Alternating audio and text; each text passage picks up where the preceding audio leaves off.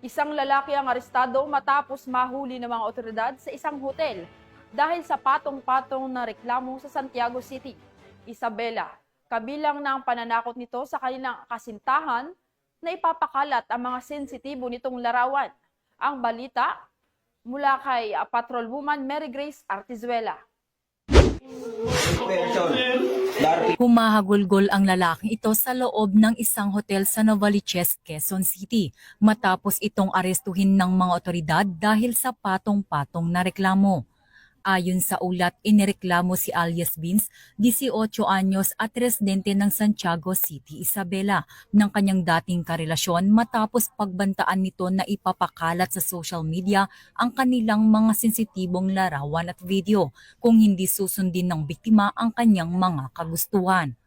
Agad na kumilos ang mga tauhan ng Northern District Anti-Cybercrime Team at ikinasa ang isang entrapment operation sa isang hotel kung saan naganap ang aktwal na paghuli sa suspect.